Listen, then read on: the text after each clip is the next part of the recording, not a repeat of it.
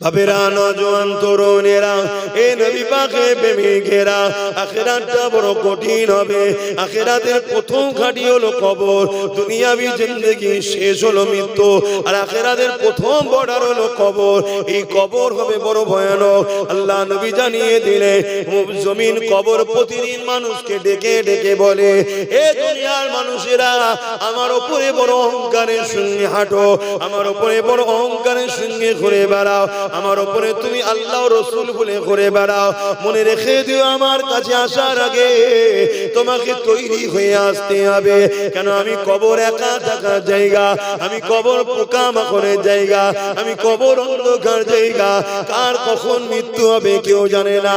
এখনই মরলে কাল আমার দাফন হবে, এখনই মরলে কাল আপনার দাফন হয়ে যাবে। ওই কবরের জমিনে আমি আপনি কি করব? এই জন্য আল্লাহ কোরআনে জানিয়ে দিলে প্রতিটা নফসের উচিত পরকাল নিয়ে বেশি বেশি চিন্তা করা। কি করে আমার কবরে ওই জাহান্নামের আগুন থেকে বাঁচবো, কি করে আমার কবরে সাপ বিচ্ছু থেকে বাঁচবো, কি করে আমার কবরে জান্নাতের বাগান হবে। এটা তো তোমাকে আমাকে চিন্তা করতে হবে। এই চিন্তা কি করে করবে? দুনিয়াদারির মধ্যে দিয়ে করবে। যদি বলেন কেমন করে? হালাল ইনকাম যদি করো কবর জান্নাতের বাগান হবে। বাপ মাকে যদি ভালোবাসো কবর জান্নাতের বাগান হবে। স্ত্রীকে যদি তার অধিকার দাও কবর জান্নাতের বাগান হবে। সন্তানকে যদি স্নেহ মমতা দিয়ে লালন পালন করো কবর জান্নাতের বাগান হবে। প্রতিবেশীর সঙ্গে সৎ ব্যবহার করো কবর জান্নাতের বাগান হবে। এতিমের হক দাও কবর জান্নাতের বাগান হবে। বিধবাকে আশ্রয় দাও কবর জান্নাতের বাগান হবে। জুলুম যেখানে হচ্ছে জালিমের বিরুদ্ধে লড়াই করে মুসলিমের পক্ষে দাঁড়াও কবর জান্নাতের বাগান হবে। অর্থাৎ তোমার দুনিয়াদারির মধ্যে কবর জান্নাতের বাগান হওয়ার ব্যাপার রয়েছে।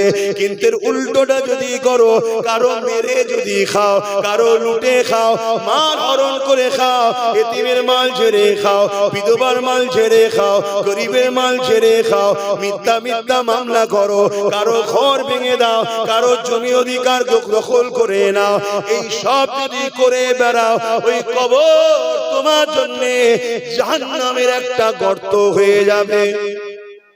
আল্লাহ নবী জানিয়ে দিলেন অন্যায় দেখে যারা চুপ থাকে কিয়ামতের দিন আল্লাহ তাদেরকে বুবা শয়তান করে উঠাবে। শুনছেন?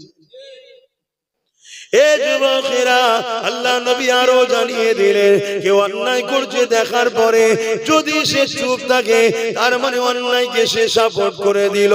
অন্যায় করা আর অন্যায়কে দেখে খামোশ থাকা, চুপ থাকা, দুটো একই জায়গায় পড়ে যাবে। এ যুবকেরা, তরুণেরা, হযরতে লূত আলাইহিস সালামকে আল্লাহ পাক জানিয়ে দিলেন, ও হযরত নবী লূত আলাইহিস সালাম, আমি আল্লাহ ৮০,০০০ লোককে মারবো, তার মধ্যে থেকে ৪০,০০০ লোক হবে ভালো, ৪০,০০০ লোক হলো খারাপ। হযরতে নবী লূত আলাইহিস সালাম আল্লাহ পাককে বলতে লাগলেন, ও রব্বি আল্লাহ, খারাপ লোক কোন অন্যায় করেছে, নাফরমানি করেছে, জুলুম করেছে, আপনি তাদেরকে মারবেন, কিন্তু ভালো লোকগুলোকে আপনি কেন মারবেন? আমার আল্লাহ পাক জানিয়ে দিলেন, ও হযরত নবী লূত আলাইহিস সালাম, খারাপ লোকগুলো যখন খারাপ কাজ অন্যায় করে ভালো লোকগুলো তাদেরকে বাধা কেন দেয়নি? শুনছেন? আল্লাহ নবী মিশকাত শরীফে হাদিসের মধ্যে জানিয়ে দিলে, হে আমার উম্মতেরা, কেউ জুলুম করলো, কেউ সন্ত্রাসী করলো, কেউ আতঙ্কবাদী করলো, কেউ এমন করে অত্যাচার করলো, তুমি জানার পরও যদি তার এই নিয়তে সাথ দাও, তাকে শক্তিশালী করার দরুন আল্লাহ নবী জানিয়ে দিলেন ওই উম্মতটা, ওই মুসলমানটা ইসলাম থেকে বেরিয়ে যাবে। বদরের সেই ইতিহাসটা একবার একটু স্মরণ করে দিই। আল্লাহ নবীর কানে খবর এসে গেল মক্কা থেকে ১,০০০-এর উপরে সন্ত্রাস বাহিনী বেরিয়েছে, যাদের নেতৃত্ব দিচ্ছে আবু জাহেল। সন্ত্রাসদের ইমাম ছিল, সন্ত্রাসদের লিডার ছিল। ১,০০০ সৈন্য নিয়ে, তার অধিক রয়েছে সৈন্য নিয়ে বেরিয়ে পড়েছে। কি জন্য বেরিয়েছে?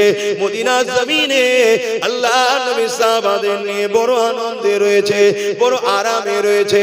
মদিনা থেকে দুনিয়া দুনিয়া জমিনে আল্লাহ নবী হকের মেসেজ দিচ্ছে, ইনসাফের মেসেজ দিচ্ছে, মানবতার মেসেজ দিচ্ছে, মা বাপের হকের কথা বলছে, স্ত্রীর মর্যাদার কথা বলছে, স্বামীর হকের কথা বলছে, এতিমের হকের কথা বলছে, বিধবার হকের কথা বলছে। শুধু ইসলাম বলে দিলে হবে না, কারণ ইসলাম বলতে সন্ত্রাস বোঝায়, ইসলাম বলতে জঙ্গিবাদ বোঝায়। এটা ইসলাম বিদ্বেষীরা প্রচার করছে না, করেনি। একটু খুলে বলতে হবে, সন্ত্রাস তো তারা যারা ইসলামেরই বিরোধী করে, জঙ্গিবাদ কারা যারা ইসলামের বিরোধী করে। কিন্তু তাদের হাতে মিডিয়া, তাদের হাতে পাওয়ার, তাদের হাতে কলম, তাদের হাতে কাগজ, তারা লিখে দিচ্ছে ইসলাম হলো জঙ্গিবাদ, বলছে না বলে। কিন্তু অ্যাকচুয়ালি জঙ্গিবাদ তো তারা যারা ইসলামের বিরোধী করে। কারণ ইসলাম প্রেমের নাম, ভ্রাতৃত্বের নাম, ভালোবাসার নাম, ঐক্যের নাম, সাম্যের নাম,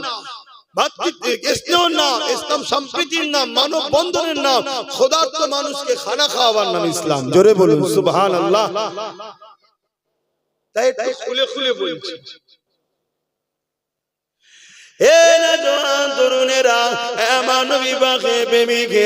আল্লাহ নবীর কানে যখন এই খবরটা চলে গেল, আল্লাহ নবী মদিনা নববী শরীফে এসে চোখ ভরা পানি নিয়ে সাহাবাদের কাছে হাজির হলেন।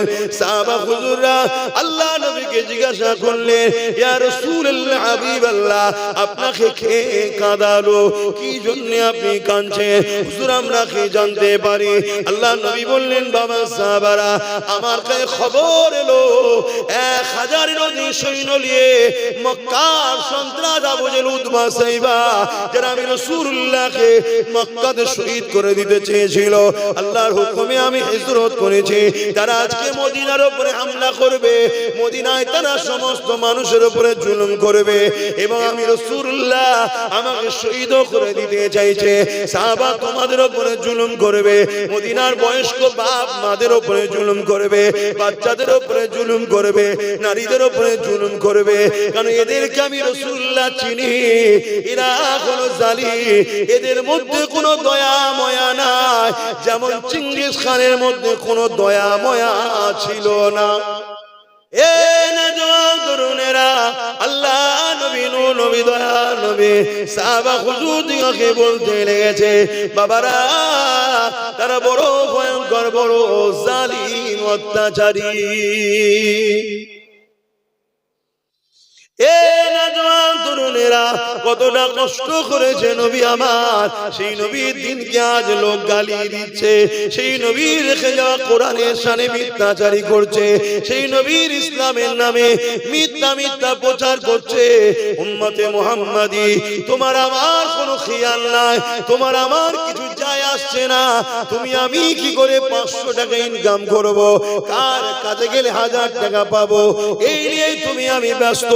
মনে রাখবে, ভিক্ষা চেয়েছে তোমাকে আমাকে জীবন কাটাতে হবে। আর তুমি যদি মনে করো আমি ইজ্জতওয়ালা হতে চাই, শানওয়ালা হতে চাই, সম্মানওয়ালা হতে চাই, দুনিয়া আখিরাতের কামিয়াবি পেতে চাই, তাহলে তোমাকে আমাকে আল্লাহ যে জন্য বানিয়েছে ওই ডিউটিতে লেগে যাও। আল্লাহ কি জন্য বানিয়েছে? আল্লাহ বানিয়েছে কুনতুম খায়রা উম্মতি উখরিজাত লিন-নাস তা'মুরুনা বিল মা'রুফ ওয়া তানহাউনা আনিল মুনকার। অন্যায় করো না, অন্যায়কে মিটিয়ে দাও, ন্যায় করো, ন্যায়কে প্রতিষ্ঠিত করো। এই দুটো কাজ আল্লাহ তোমাকে আমাকে দিয়েছে। অর্থাৎ অন্যায়কে বন্ধ করো, অন্যায় করলে কেউ তাকে রুখে দাও, ন্যায় কাজ করো, সমাজকে ন্যায় প্রতিষ্ঠিত করো। নামাজ পড়া যেমন নাই, নারীদের ইজ্জত লুটা হচ্ছে, এই নারী মায়ের জাতের হয়ে লড়াই করে এই রেপকে সমাজ থেকে বন্ধ করা, এটাও হলো তোমার আমার জন্য হুকুম। আল্লাহ নবী যখন এই কথাটা বললেন, সাহাবা হুজুররা বলতে লাগলেন, আনসারী মুহাজিরিন সাহাবাদের মধ্যে থেকে হযরত আবু বকর সিদ্দিক, ফুরফুরা আবু বকর সিদ্দিক, দাদা হুজুরের বংশের মুরব্বি, রাসূলুল্লাহ শ্বশুর হযরত আবু বকর সিদ্দিক, তিনি উঠে দাঁড়িয়ে বললেন, আল্লাহ নবীকে সালাম দিয়ে বলতে লাগলেন, ইয়া রাসূলুল্লাহ, হাবিবাল্লাহ, হুজুর আপনি চিন্তা করবেন না, হুজুর আপনি মন খারাপ করবেন না। আমি আনসারী মুহাজিরিনদের তরফ থেকে আমি আবু বকর জানিয়ে দিলাম, আমরা আপনাকে ছেড়ে সরে যাব না। ইয়া রাসূলুল্লাহ, হাবিবাল্লাহ, আমরা মুসা নবীর উম্মতের মতো নয়। মুসা নবীর উম্মতেরা মুসা নবীকে বলেছিল ফিরাউনের বিরুদ্ধে আপনি আর আল্লাহ লড়ুন, আমরা নাই, আমরা নাই। হযরত আবু বকর সিদ্দিক বললেন, ইয়া রাসূলুল্লাহ, হাবিবাল্লাহ, ওই রকম আমরা বলবো না, আমরা আপনাকে ছেড়ে যাব না। মানুষে মানুষকে কেন ভয় করব? ইয়া রাসূলুল্লাহ, হাবিবাল্লাহ, ইজাজতটা শুধু দিন, আমরা আমাদের জান আপনার জন্য কুরবান করে দিতে পিছপা হব না। এ নওজোয়ান তরুণেরা, আমার আব্বা জানেরা, আমার আম্মা জানেরা, আমার ভাইরা, নওজোয়ান তরুণেরা, মন দিয়ে শোনেন। আল্লাহ নবী বড় খুশি হয়ে গেলে মুহাজিরিন সাহাবাদের পক্ষ থেকে আবু বকর সিদ্দিক হুজুরের কথা শুনে, কিন্তু এমন করে আনসারী সাহাবাদের পক্ষ থেকে কোনো খবর আসছে না। আল্লাহ নবী আবার বললে, আমার আনসারী সাহাবারা, বাবারা, আপনারা কি বলতে লেগেছে?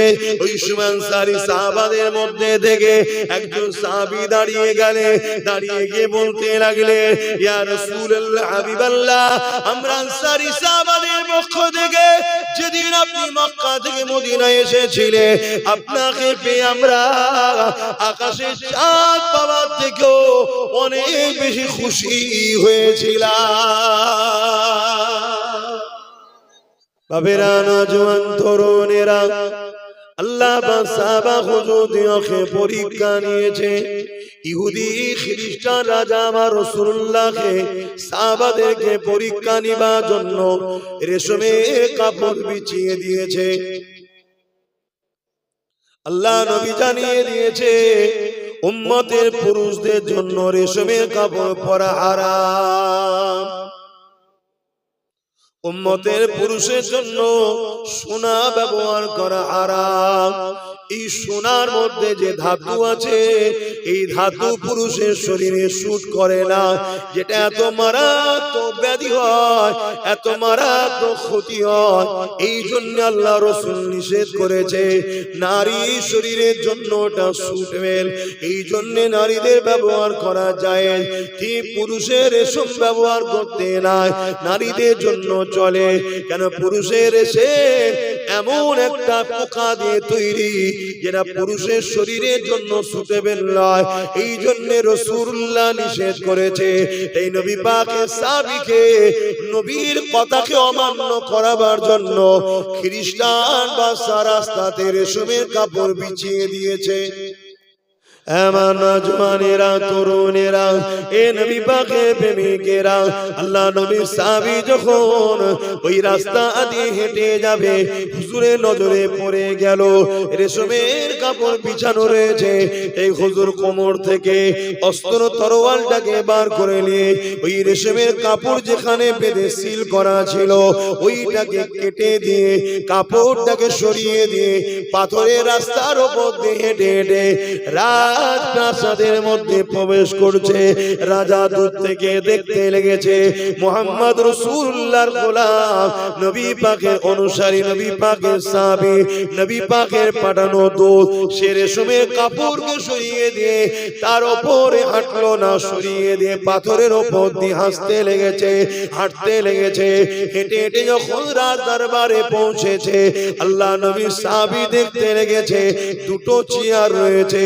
একটা চেয়ারে রাজা নিজে বসে রয়েছে, আর একটা চেয়ার রাসূলুল্লাহ সাহাবীর জন্য রেখেছে, যে চেয়ারটা হলো সোনা দ্বারা তৈরি। কি দিয়ে তৈরি? পুরুষদের জন্য সোনা ব্যবহার করা। কিভাবে সরাচ্ছে দেখছেন আমাদেরকে? কার মাথায় যাবে বলেন? আল্লাহ নবী সাহাবী চেয়ারকে সরিয়ে দিলেন, দিয়ে বললেন অন্য যদি কোনো কাঠের থাকে লিয়া শোনাই নিচেই বসছি। এই দৃশ্য দেখে খ্রিস্টান বাচ্চা জিজ্ঞাসা করতে লেগেছে, কেন আপনি আমার সুন্দর তৈরি করা রাস্তা আপনার জন্য ওটাকে সরিয়ে দিলেন, আর কেন আপনি সোনার সিংহাসনে বসবেন না? সবই জানে, তারপরে জিজ্ঞাসা করতে লেগেছে। আল্লাহ নবী সাহাবী বলেছিলেন, হে খ্রিস্টান বাচ্চা, আমার রাসূলুল্লাহ দিনে শেষমের কাপড় পুরুষদের জন্য ব্যবহার করা হারাম এবং সোনা পুরুষদের জন্য ব্যবহার করা হারাম। আমার রাসূলুল্লাহ একটা কথা, একটা হুকুম আমাদের জানের থেকেও অনেক বেশি দামি মাইনে রাখে। এ নবী পাকের গোলামেরা, এ নবী পাকের উম্মত উম্মতিরা, মন দিয়ে শুনে, যে কাজ করবেন নাকি একবার ভেবে নেওয়া দরকার, এই কাজ আমার রাসূলুল্লাহ নিষেধ করেছে কিনা। আমার রাসূলুল্লাহ যদি নিষেধ করে থাকে, ওই কাজ তোমাকে আমাকে করলে হবে না। যদি ওই কাজ করার বিনিময়ে কোটি টাকাও যদি পাওয়া যায়, ওই টাকাকে তোমাকে প্রত্যাখ্যান করতে হবে। ওই কাজ করার পরও যদি তোমার জানের উপরে হামলা হয়, তাও ওই কাজকে প্রত্যাখ্যান করতে হবে। যদি ওই কাজ না করার জন্য তোমাকে জালিমরা জেলে দেবে বলে, তোমাকে খুশি মনে জেলে যাওয়াটা উত্তম মনে করতে হবে। কিন্তু রাসূলুল্লাহ নিষেধ করা কোনো কাজকে মানা যাবে না। কেন আল্লাহ তোমাকে আমাকে আশরাফুল মখলুকাত করে এই জমিনের উপরে পাঠিয়েছে, বড় ভালোবেসে পাঠিয়েছে। ওয়া মা খালাকতুল জিন্না ওয়াল ইনসা ইল্লা লিয়াবুদুন। মানব যে জাতি, এই দুই জাতির হিসাব নিকাশ হবে, ইল্লা লিয়াবুদুন, আল্লাহ পাকের দাসত্ব করার জন্য পাঠিয়েছে। আল্লাহ দাসত্বটা কি? মা তাকুমুর রাসূল ফাখুযুহু ওয়া মা নাহাকুম আনহু ফান্তাহু।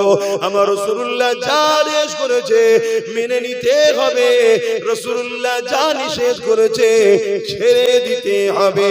এই রাসূলুল্লাহর আদেশকে আমরা ছেড়ে দিলাম, নবী পাকের নিষেধকে মেনে নিলাম, উম্মতে মুহাম্মাদি দাবি করে বেড়ায়। কিন্তু বুকে হাত দিয়ে বলুন, আমরা তো শুধু নামে তালবকুর, খুঁটি ডুবে না, কোনো পানি নাই। আমরা নামে উম্মতে মুহাম্মাদি, নামে আমরা মুসলমান। নবী পাকের নিষেধগুলো মেনে চলেছি, নবী পাকের আদেশগুলোকে ছেড়ে দিয়েছি। এই জন্যই তো আজকে উড়িষ্যাতেও মার খাচ্ছি আমরা, গুজরাটও মার খাচ্ছি আমরা, পশ্চিম বাংলাতেও মার খাচ্ছি আমরা, সারা দুনিয়াতে মার খাচ্ছি আমরা। কেন মার খাচ্ছি? একটাই কারণ, আমরা মূল জায়গা থেকে সরে গিয়ে 2 নম্বর রাস্তাতে চলতে লেগেছে। যদি বাঁচতে চাও ফিরে আসো, এখনো সময় আছে। আমার রাসূলুল্লাহর কদমে চলে আসো। আমার নবী পাকের কদমে যারা ছিল, দুনিয়া তাদেরকে দেখে ঠাট্টাই আর কি মশকরা করেছিল। তাদের পায়ে জুতো ছিল না, বরনাই ছিঁড়া জামা ছিল, কিন্তু 313 জন অর্ধেক পৃথিবীকে বিজয় করে নিয়েছিল। আরো জোরে বলুন সুবহান। মুসলমান ঘরের ছেলে মেয়েরা, তরুণেরা, বাপেরা, নজওয়ানেরা, এই দুনিয়া আমাকে আপনাকে ধ্বংসের দিকে নিয়ে যেতে চাইছে। এই দুনিয়ায় দুটো দল রয়েছে, একটা রহমানের দল, একটা হলো ইবলিস শয়তানের দল। ইবলিস শয়তানের দলের লোকেরা সর্বসময় চায় রহমানের দলের লোককে আল্লাহ থেকে, রাসূল থেকে সরিয়ে ইবলিসের দলে নিয়ে যাবার চেষ্টা করবে। আপনাদেরকে বলে দিয়ে যায়, যাই কাজ করবেন কিনা একবার মনে রাখতে হবে, এই কাজ করলে আল্লাহ বা নারাজ হবে নাকি, বেজার হবে নাকি। যদি আল্লাহ ও রাসূল নারাজ হয়ে যায়, ওই কাজ আমাকে আপনাকে করলে হবে না। কারণ এই জিন্দেগিটা আল্লাহ দিয়েছে, তোমাকে আমাকে দুটো চোখ আল্লাহ দিয়েছে, তোমাকে আমাকে দুটো কান আল্লাহ দিয়েছে, তোমাকে আমাকে দুটো পা আল্লাহ দিয়েছে, তোমাকে আমাকে আশরাফুল মখলুকাত আল্লাহ পাক বানিয়েছে।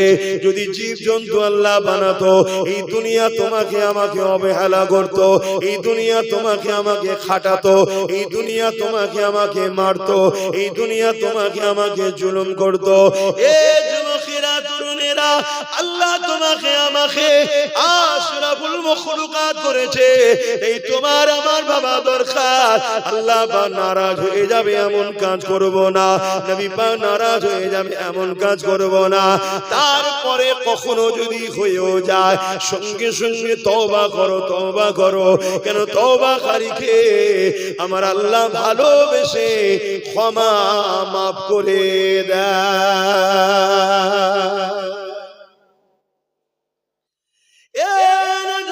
তরুণেরা, আমাকে আপনাকে তো ভাবা দরকার, আমার আপনার জন্য মডেল হলো রাসূলুল্লাহ। মাতাকুমুর রাসূল ফাখুযুহু ওয়া মা নাহাকুম আনহু ফান্তাহু। নবী যা আদেশ করেছে মেনে নিতে হবে, নবী যা নিষেধ করেছে ছেড়ে দিতে হবে।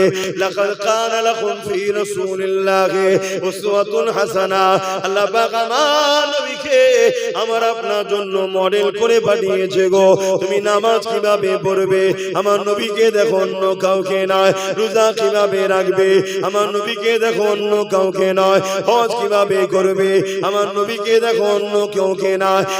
এক কথায় তোমার ধর্ম নীতি আমার রাসূলকে দেখে, তোমার সমাজ নীতি আমার রাসূলুল্লাহকে দেখে, তোমার পরিবার নীতি আমার রাসূলুল্লাহকে দেখে, তোমার আত্মীয়তা নীতি আমার রাসূলুল্লাহকে দেখে, তোমার প্রতিবেশী নীতি আমার রাসূলুল্লাহকে দেখে, তোমার রাজনীতি আমার রাসূলুল্লাহকে দেখে।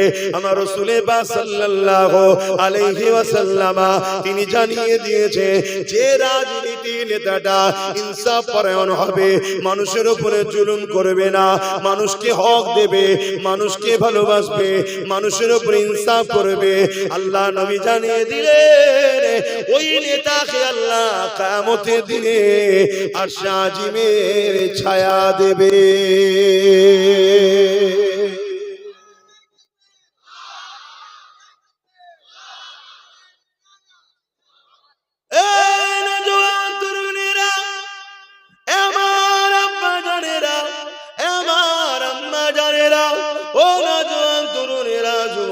বাপেরা মন দিয়ে শোনো, এই দুদিনের দুনিয়ার ময়দানে জোরে আল্লাহকে ভুলে যেও না, রাসূলকে ভুলে যেও না। কেন নবী আমার আপনাকে বড় মহব্বত করে, আমার আল্লাহ আমাকে আপনাকে বড় মহব্বত করে। আমি আপনি যখন আল্লাহ রাসূলের নাফরমান কোনো কাজে যায়, হয়তো দুনিয়ার কোনো জালিম নেতা তোমাকে নিয়ে যাচ্ছে, চ অমুকের ঘরটা ভাঙবো, অমুকের জমিটা দখল করব, অমুকের নামে তুই মিথ্যা সাক্ষী দিবি, আমার আল্লাহ তখন তোমাকে বারবার ডাকতে লাগে, ওরে আমার বান্দার এইদিকে যাস না, ওটা নাফরমানির রাস্তা, ওটা অন্যায়ের রাস্তা, ওটা শয়তানি রাস্তা। কারোর উপরে মিথ্যা ইলজাম দিতে নাই, কারোর উপরে জুলুম করতে নাই, কাউকে আঘাত করতে নাই। তোদের যদি লড়াই করতে হয়, তোদের যদি ভালোবাসতে হয়, তোদের যদি আত্মীয়তা করতে হয়, মান আহাব্বা লিল্লাহ ওয়া আবগাদা লিল্লাহ ওয়া আতা লিল্লাহ ওয়া মানা লিল্লাহ ফাকাদ ইসতাকমালাল ঈমান। তোরা ভালোবাসবি আমি আল্লাহ আমার জন্য, তোরা দুশমনি করবি আমি আল্লাহ আমার জন্য, তোরা আত্মীয়তা করবি আমার জন্য, বিচ্ছেদ হবে আমার জন্য।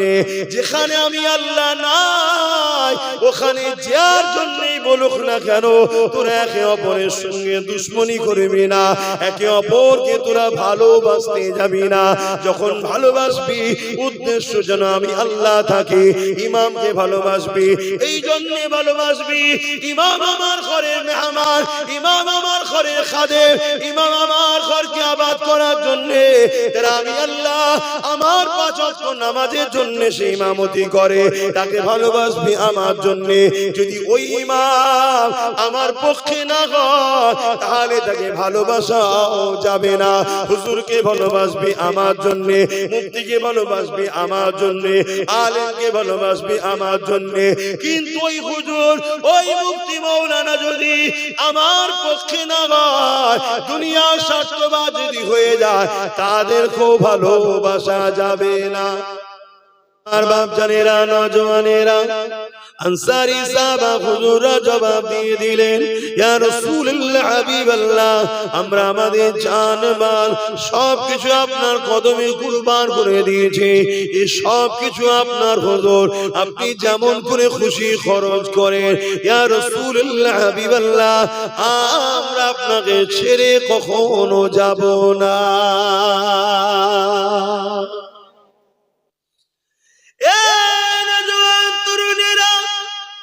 এই খবর মদিনার অলিতে গলিতে ছড়িয়ে পড়ল।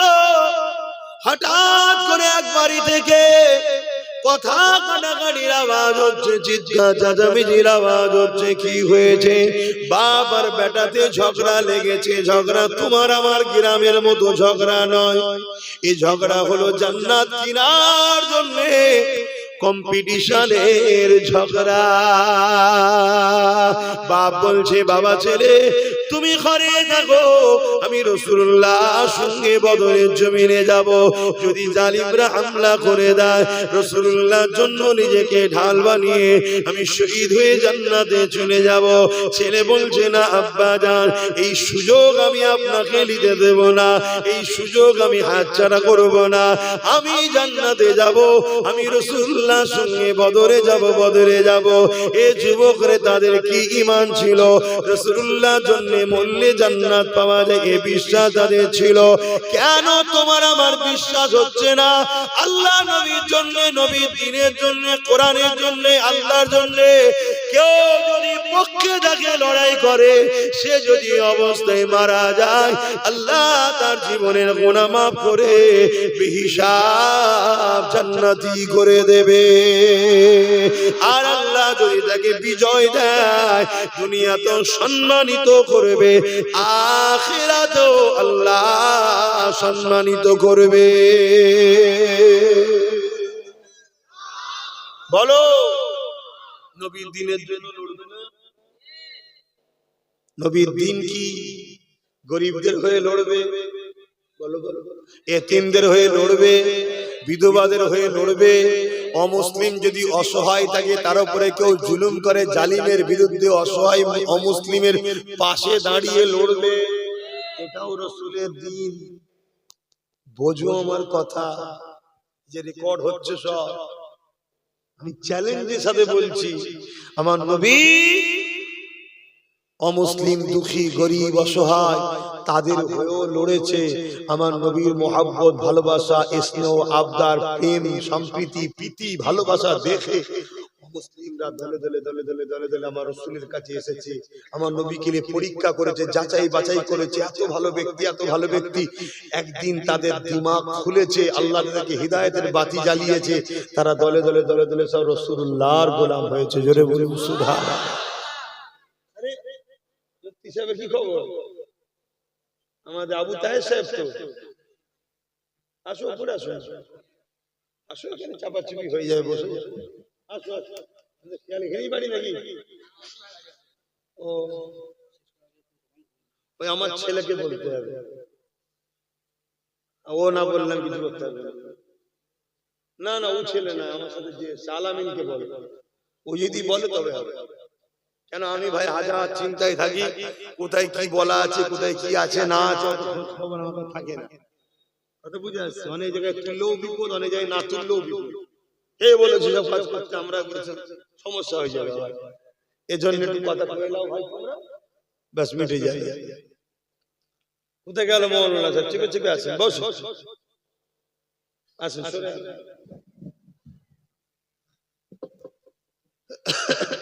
শুনছেন ভাইরা? হ্যাঁ, বাপ বেটায় কি লড়াই হচ্ছে বলো? আর এখন বাপ বেটায় কি লড়াই হয়?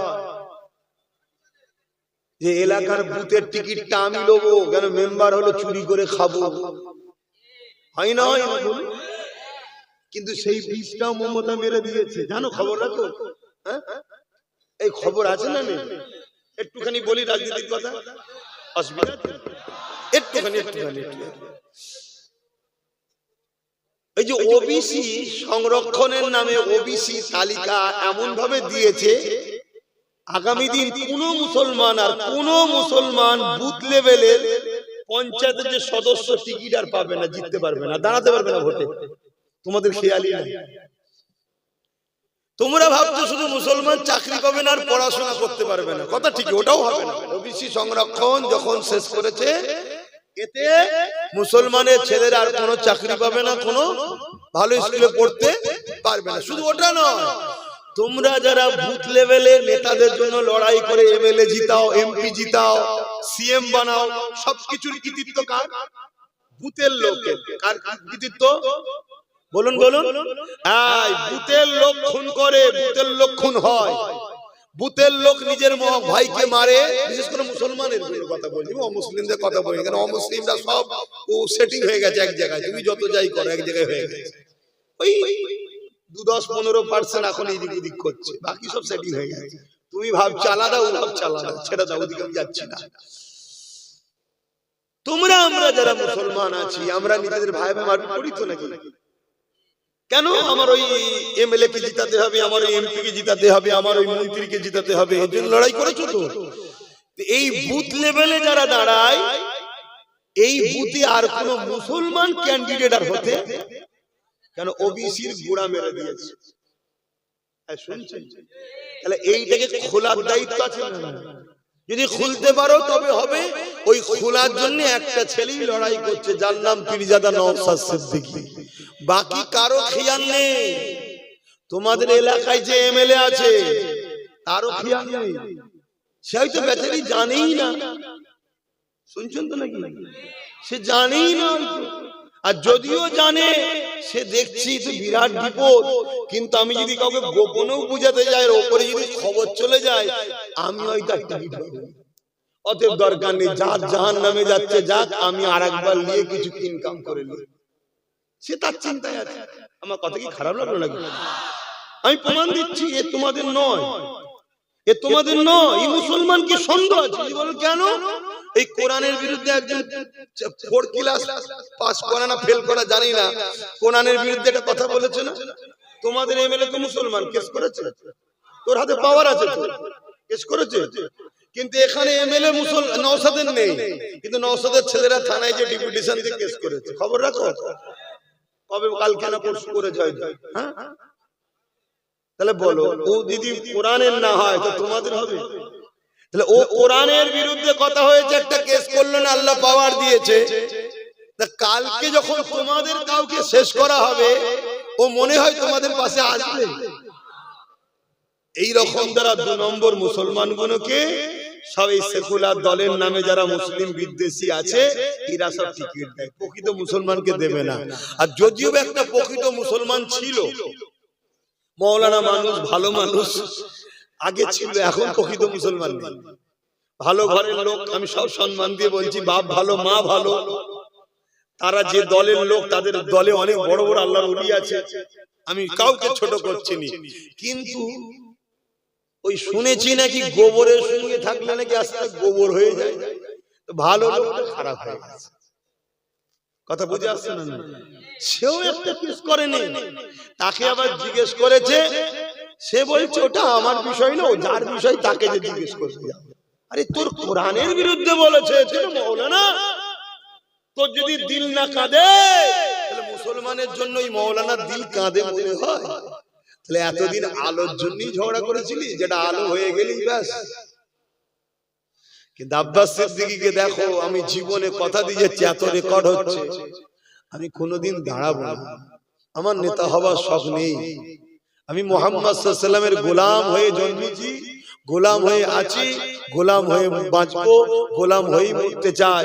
কিন্তু তোমাদের জন্য আমার প্রিয় ভাইটাকে দিয়েছি, যে ওকে তোমরা সাথ দাও। কেন? ভেতরে আমাদের লোক না থাকলে শুধু বাইরে চিনলে সমাধান। তা আগামী দিন ওর সাথে যদি আরো 2-20 হয়, ওর হাতটা শক্তিশালী হবে না? হবে না? দেগঙ্গার লোক যদি ওর সাথ দেয়, দেগঙ্গা যদি ওর লোক যেতে, আপনাদের অসুবিধা আছে? আপনারা সাথ দেবেন ওর? হাত তুলে দেখান না, লম্বা করে হাত তুলে। আলেম ওলামারা গোপনে, আপনারা একটু দেখে ফেললে না, এই বাচ্চাদের দিকে এই সব রয়েছে, ওই দিকে তো নেই, এই দিকে আছে। হাত লম্বা করে তোলে, সাথ দেবেন তো? ঠিক বলছেন তো? হাত লম্বা করে তুলেছে। ভাই বোঝেন, ভাই বোঝেন, এগুলো ভাবেন। এই বীজখানে 2-3 মিনিট একটু বললাম, কারো কষ্ট হলো? আপনি তো জানেন আমি আমার ভাইয়ের দিকে, জেনে শুনে অশুনতে এসছেন তো কি? দুনিয়ায় এত সংসার দেখলে স্বামী স্ত্রীতে ঠুকুর মুকুর হয় না, হয় না? তারপরেও আপনি বিয়ে করেছেন, এখন ঠুকুর মুকুর হচ্ছে বলে মন খারাপ করে যাবে? আপনি জেনে শুনে করেছেন কি? চাচা চাচিতে ঝগড়া হয়েছে না? ও ক্যামেরা আছে, দেখে ফেললে বিপদ আছে। কি হয় না? স্বামী স্ত্রী তো হয়তো নাকি? তা জেনে শুনে দেখে তুমি বিয়ে করেছো, তাহলে তো একটুখানি কষ্ট সহ্য করতে হবে। তুমি জেনে গেছো আব্বাস সিদ্দিকী যখন এসছে, ও দিদি মুদির বিরুদ্ধে না বললে নামবে না। ও নওশাদ সিদ্দিকী ওর ভাই, ওর সাথ দেবে। তুমি জেনে শুনে যখন এসছো ভাই, শুনতে হবে নাকি? এইটুকু তো কষ্ট সহ্য না করতে বলে তাহলে সংসারটা টিকবে কি করে? কি গো আমার আব্বা, অসুবিধা হচ্ছে নাকি?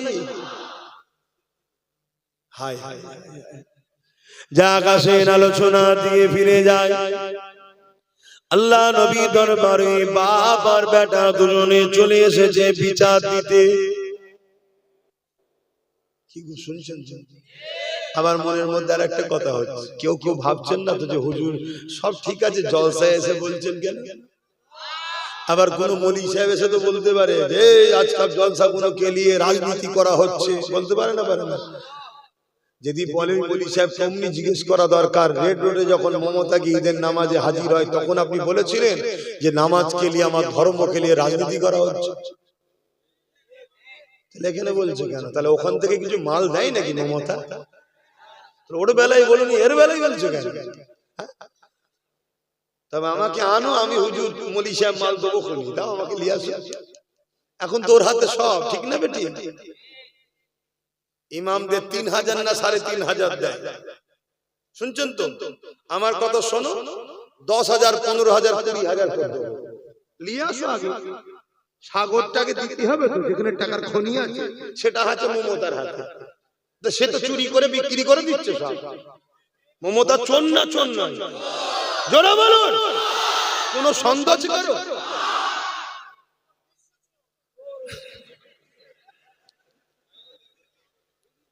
ইন্টারন্যাশনাল বল, একটু উচ্চারণ স্ট্যান্ডার্ড ভাষা বল। আজকে আবার শুনছি নাকি ফাইল চুরি করে পালিয়ে গেছে নাকি শুনছি। হ্যাঁ, তবে আমি এখানে বলবো কিন্তু এটা সেটিং এর কাজ চলছে, সব থেকে কিন্তু হই হই করুনি, এটা দিদি মুদির সেটিং। কেন মুসলমান দিদির থেকে সরে যাচ্ছে না? যাই না? যত মুসলমান দিদির থেকে সরবে তত মুদির মাথায় বাজ পড়বে। কেন? মুদি দেখছে বাংলায় আমার আসার লাইন নেই, আমার বোনটাই থাক, তবুও আমার আইনটাকে পাস করালো তো নাকি? এই ওয়াকফটাকে কে পাস করালো? যদি মুদি দিদি না থেকে অন্যজন থাকতো, মুদির ক্ষমতা ছিল এখান থেকে জমি নিয়ে যাবার। কেন? জমি ল্যান্ডটা রাজ্য সরকারের হাতে, সব আইনগুলো জানতে হবে। রাজ্য সরকার যদি না দেয়, সেন্ট্রাল গভর্নমেন্টের ক্ষমতা নেই এখান থেকে এক টুকরো মাটি নিয়ে যেতে পারে, এটা রাজ্য সরকারের হাতে। তাহলে মুদি দেখছে এখানে দিদি চলে যায়, আমার বোন চলে যায়, অন্যজন যদি ঢুকে পড়ে, আর বিশেষ করে যদি নওশাদ আর তার সাথীরা চলে আসে, তাহলে তো মুদি এমনি রাত্রিরে শুয়ে নওশাদ নওশাদ করতে করতে কোন দিন শুনবে চলে গেছে। কথা বুঝে আসছে না? নাই? তাহলে এই জন্য এইসব নাটক করছে। আইওয়াস দেখেছিস, সত্যিই তো বিজেপির বিরুদ্ধে লড়ছে, আবার যাতে মুসলমান না কোণে ওঠে, এই জন্য লাইন ক্লিয়ার করছে। এত ঘাবড়াবার কিছু, এসব দেখে যেন আবার দিবানা হয়ে যাও। আহারে, দিবানা হয়ে যাবে না? কেন? এক সময় আমিও দিবানা হয়ে গেছিলাম, এক সময় আমিও। আহারে, একটা মহিলার উপরে এত জুলুম হলো। আমি নিজের কথা বলছি, এক সময় ভেবেছিলাম যে একটা মহিলার উপরে এত জুলুম করলো বিগত সরকার যে ছিল, একটা মহিলা মানুষ এত মারার কি দরকার ছিল? এত জুলুম করলো, আমার নিজেকে একটা সিম্পেথি দিবানা হয়েছিলাম যে সাথ দিয়া দরকার। পুরো সর্বনাশ, কিন্তু পুরো পাক্কা ডাইনি। এক কথা ভুল বলছি? আমার আলিয়া মাদ্রাসাকে শেষ করে দিচ্ছে, আমার কবরস্থান, আমার ঈদগাহ, আমার খানকা সব শেষ। তাহলে ভুল আমিও করেছি, আপনারাও করেছেন। আমি তওবা অনেক আগে করেছি, আপনারা তওবা করেছেন তো নাকি? না এখনো তওবা হয়নি। যদি না করে থাকেন করে নেন। কেন আমি ওপেন বলে যাচ্ছি, পৃথিবীর কোন মুফতি মাওলানা মিশর হোক মদিনা হোক যেখান থেকে খুশি ধরে লিয়ায়, আমি চ্যালেঞ্জ দিচ্ছি যত বড়ই বলি এবং নবীর হাদিস তো কাটা কারো ক্ষমতা নেই, মোদি আর দিদিকে যারা ভোট দেবে তাদের ঈমান চলে যাবে। এতদিন যারা ভোট দিতে ঈমান যায়নি কেন? এতদিন এরা এই জুলুমটা করে না যেটা আজকে করছে, কি ওয়াকাফকে মিটাচ্ছে। ওয়াকাফ মানে মসজিদ, মাদ্রাসা, কবরস্থান, ঈদগাহ, খানকা, অর্থাৎ ইসলামের পেহচান। ওয়াকাফ যদি না বাঁচে তোমার ইসলাম আর থাকবে না। শুনছো? ওয়াকাফ হলো ইসলামের মূল একদম, যেখানে মসজিদ দাঁড়িয়ে আছে, মাদ্রাসা দাঁড়িয়ে আছে, কবরস্থান দাঁড়িয়ে আছে, ঈদগাহ দাঁড়িয়ে আছে, খানকা দাঁড়িয়ে আছে। তাহলে আজকে আমার ধর্মকে মিটাতে লেগেছে না লাগেনি? এতদিন এ ওসব করেন, তাই চলো চাকরি করে চুরি করেছে, এটা করেছে, ওটা করেছে, কয়লা বালি পায়খানা সব চুরি করেছে। কথা বুঝে আসছে? আরে বাবা চুরি করেছে খাবার জন্যই তো। এতদিন এসব করেছে, চলো ওটা দুনিয়ার ব্যাপার ছিল, গুনাহ হবে, হ্যান হবে, ত্যান হবে, এইসব ব্যাপার ছিল। কিন্তু এখন যেটা করতে চলেছে এই ইসলামকে মিটাতে চলেছে। কথা বলো, আমার কথা কষ্ট হচ্ছে? খুব ভালো তারা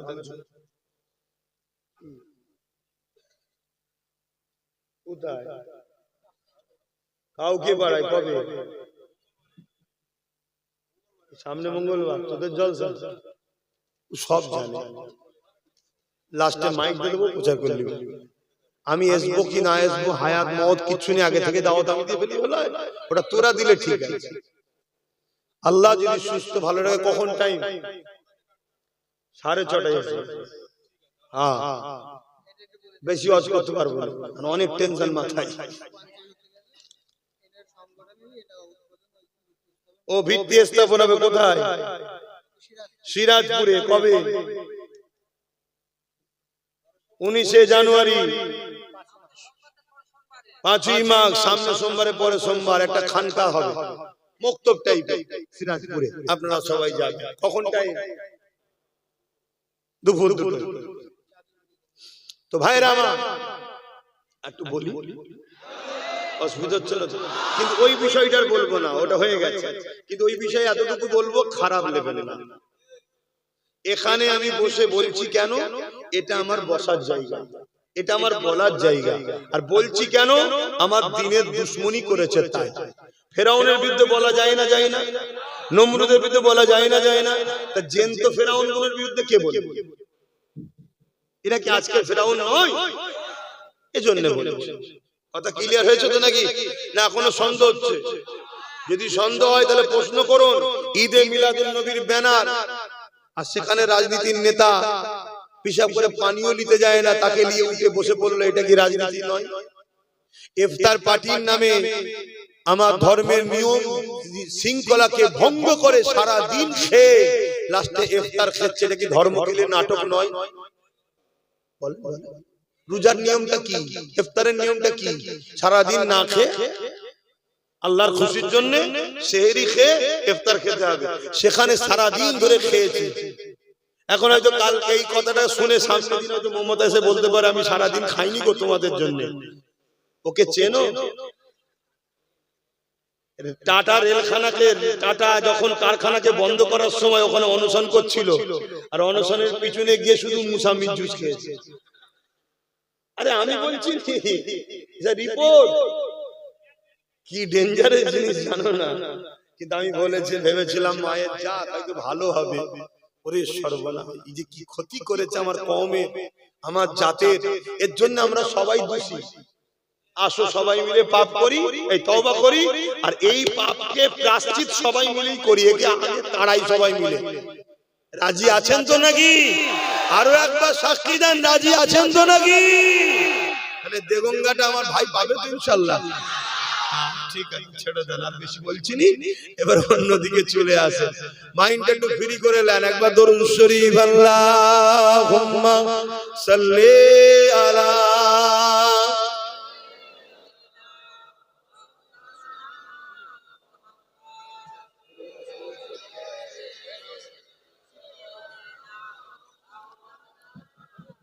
বাপজান আমার কেউ মনে বেজার হলেন না তো? তাহলে এই ছেলেরা যাচ্ছে কি জন্য?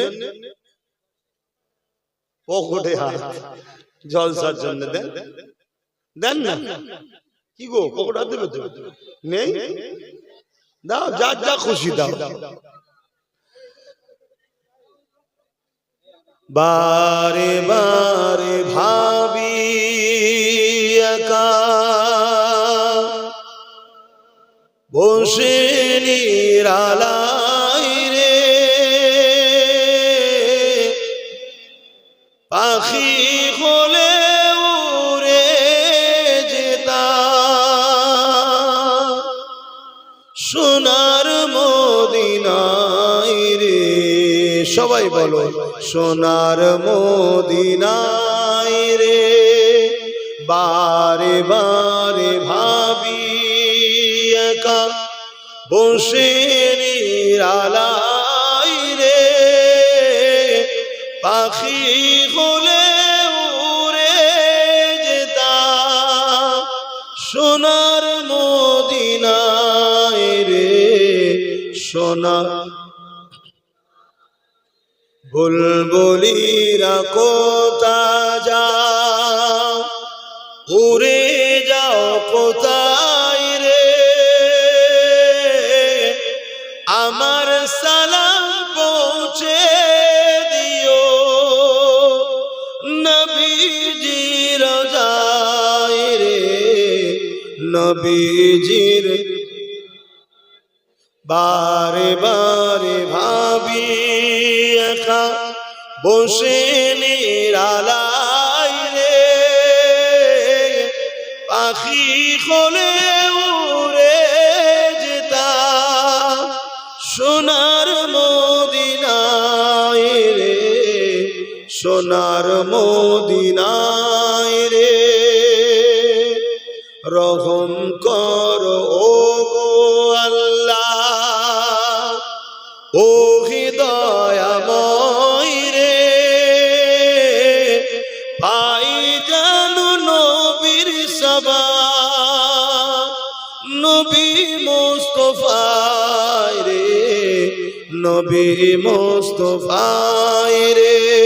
বারে বারে ভাবি একা বসে নিরালাই রে, পাখি বলে উড়ে যেতাম সোনার মদিনায় রে, সোনার মদিনায় রে। দাদা পীরের যত মুরিদ হিদায়াত চাই রে, দয়া করো খোদার হাবিব যেন নাজাত পায় রে, যেন নাজাত পায় রে। বারে বারে ভাবি একা বসে নিরালাই রে, পাখি হলে উড়ে যেতাম সোনার মদিনায় রে, সোনার মদিনায় রে। আল্লাহুম্মা সাল্লি আলা। হুজুর, আপনি আমাদেরকে কথা জিজ্ঞেস করছেন কেন হুজুর? আমরা যখন আপনার হাতে বায়াত হয়েছিলাম, নবী বলে রসুল বলে আপনাকে মেনে, আপনার কথাতে আল্লাহকে আল্লাহ বলে মেনে নিয়েছি, সেদিন থেকে আমাদের জান মাল জমি জায়গা ঘর বাড়ি সব তো হুজুর আল্লাহ আপনার। জোরে বলুন সুবহানাল্লাহ। কি মহব্বত দেখুন, আমরা সেই মহব্বত করতে পারছি?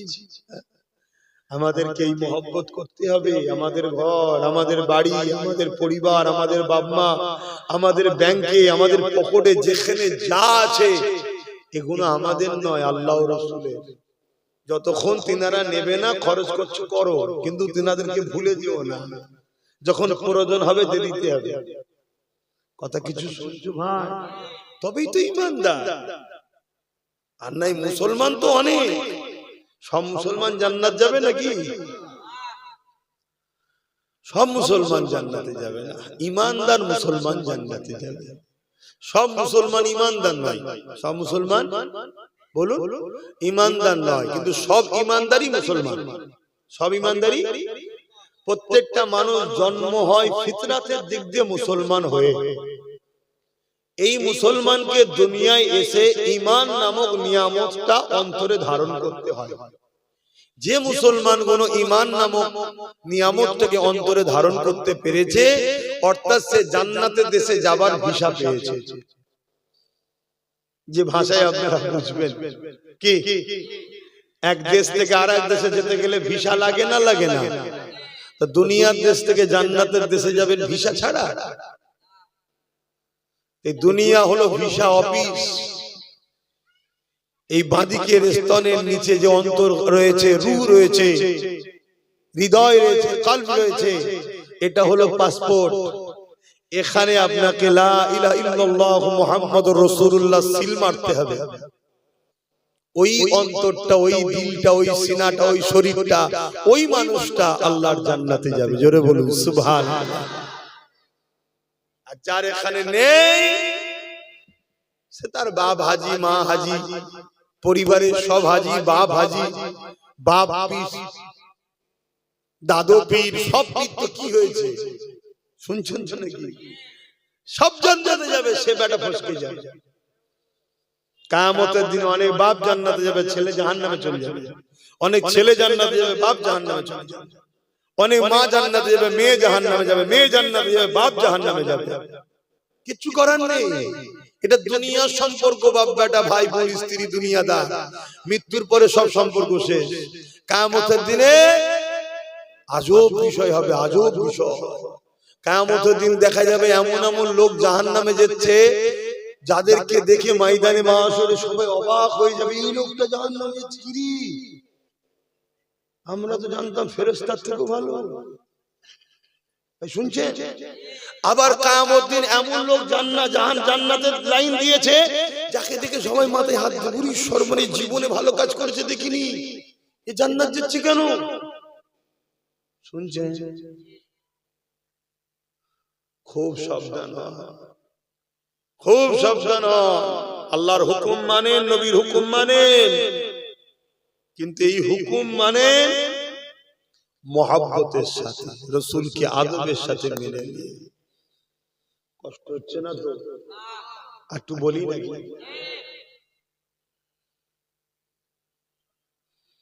দরুদ শরীফ আল্লাহুম্মা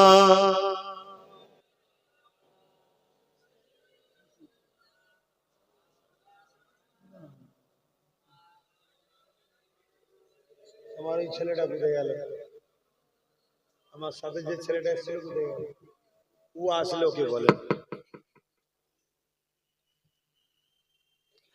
मेरी उल्फत मदीने में यूं ही नहीं, मेरे आका का रोज़ा मदीने में है।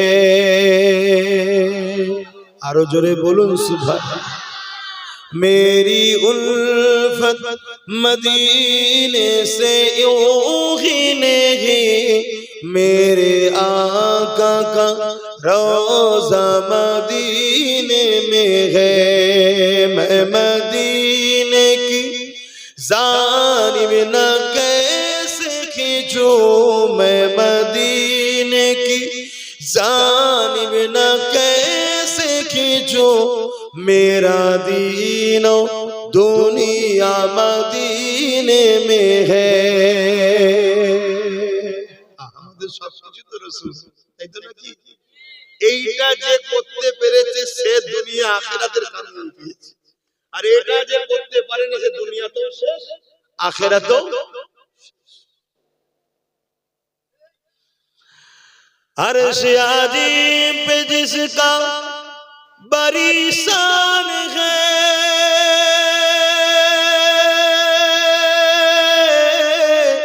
रोज़ाए मुस्तफा जिसकी पहचान है, रोज़ाए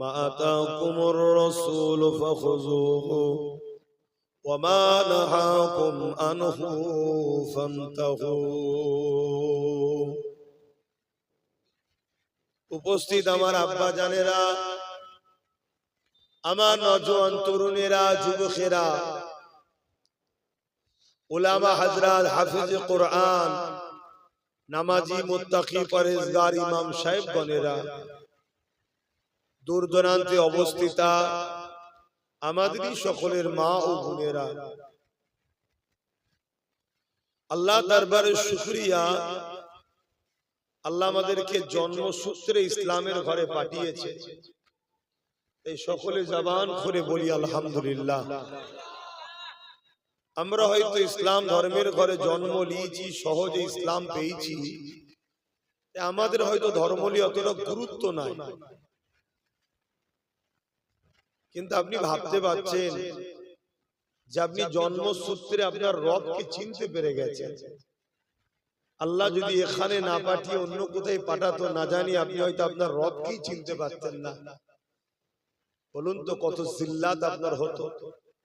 আর আজ হয়তো আমরা গুনাহগার ঠিকই, কিন্তু কাফের মুশরিক বেঈমান হয়ে যাইনি, আমরা রবকে চিনি। একবার বলুন না সুবহানাল্লাহ, বলুন আলহামদুলিল্লাহ। অপরদিকে একটা বড় দুঃখের বিষয়, আমাদেরকে সবাই মারতে চায়। এর কারণ আমরা আল্লাহ ও রাসূলের পক্ষে তাই, কিন্তু হাকিকাতে কিন্তু আমরা পক্ষে নয়। কিন্তু আমাদের উপরে রাগ এই কারণে যে ইসলামের অনুসারী আমরা তাই। হাকিকাতে যদি আল্লাহর পক্ষে আমরা হই, তাহলে নিশ্চিন্তায় থাকুন, আল্লাহ আমাদেরকে সাহায্য করবে, বিজয় আমাদেরই হবে। জোরে বলুন সুবহানাল্লাহ। কিন্তু আমাদেরকে যুগে যুগে জুলুম করেছে, মেরেছে, কষ্ট দিয়েছে, হত্যা করেছে, আমাদের মাথার এই খুলি দিয়ে, মাথা দিয়ে বড় বড় রাজপ্রাসাদ তৈরি করেছে, আমাদের রক্তেতে দাজলা নদী লাল হয়েছে, অনেক জুলুম করেছে। আজকে প্যালেস্তাইনকে মেরে শেষ করছে, সুদানকে মেরে শেষ করছে, সারা দুনিয়ায় আমাদেরকে মারছে। অপরাধ কি করেছি আমরা? আমরা অপরাধ কি করেছি? যারা মারছে তাদের মারার কারণ হলো একটাই,